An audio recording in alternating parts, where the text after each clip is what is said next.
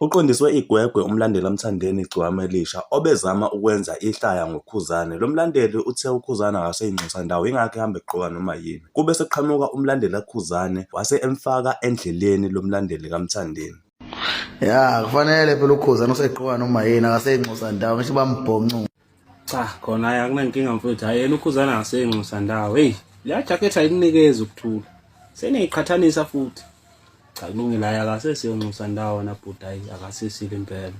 Njengoba usho nje uchaza uMthandeni oseyinxusa namanje kwakhathi ya uKhuzani akasesiyinxusa ndawo mfowethu. Uqinisile. Wena uyinxusa kuphi ngaleso sikhafu leso sakho nesigqoko? Kaphawa oluku small street uyinxusa kuphi wena?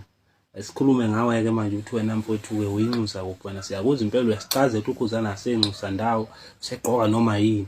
Wena ke lesi sikhafu sakho nesigqoko uyinxusa kuphi ke?